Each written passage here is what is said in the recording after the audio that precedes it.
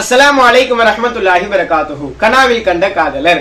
அல்லாஹ்வின் நல்லடியார்களே, அஹ்மது இப்னுல் ஹுசைன் ரஹிமஹுல்லாஹ் ஒரு மிகப்பெரிய அரசர். அவருடைய கோட்டையிலே துருக்கி நாட்டை சார்ந்த ஒரு பெண்மணியை வேலைக்கு வைத்திருந்தார்கள்.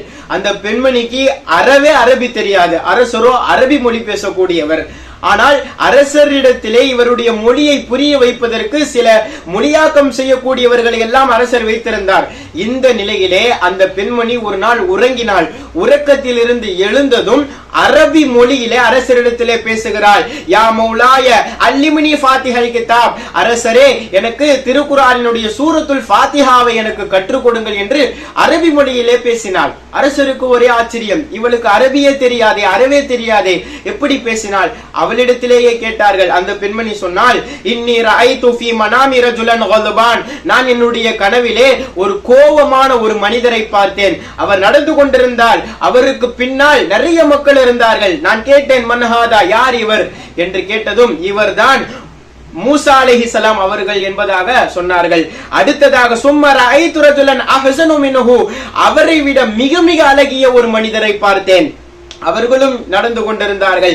நான் கேட்டேன், மன்ஹாதா, இவர்கள் யார் என்று கேட்டேன். முஹம்மது ரசூலுல்லாஹி ஸல்லல்லாஹு அலைஹி வஸல்லம், இவர்கள் தான் சர்தாரே ஆலம், அனைத்துலகினுள்ளும் தலைவராக இருக்கக்கூடிய முஹம்மது ரசூலுல்லாஹ் என்று சொன்னார்கள். அவர்களுக்கு பின்னால் நிறைய மக்கள் இருந்தார்கள். பெருமானார் ஸல்லல்லாஹு அலைஹி வஸல்லம் அவர்களும் அவர்களுக்கு பின்னால் இருந்த அத்தனை மக்களுக்கும் சுவனத்தினுடைய கதவு திறக்கப்பட்டது.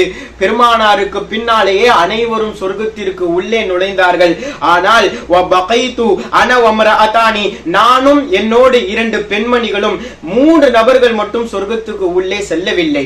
அப்பொழுது கோட்டைக்குள்ளே இருந்து அந்த சொர்க்கத்துக்குள்ளே இருந்து ஒரு சப்தம் வந்தது.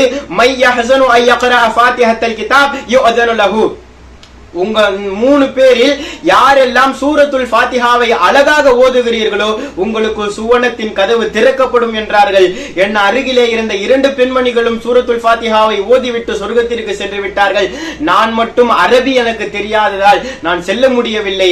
இது கனவுதான், ஆனால் நான் உண்மையிலேயே நான் திருக்குர்ஆனை ஓத கற்றுக்கொள்வேன் என்பதாக அவர்கள் சொல்லி முடித்தார்கள்.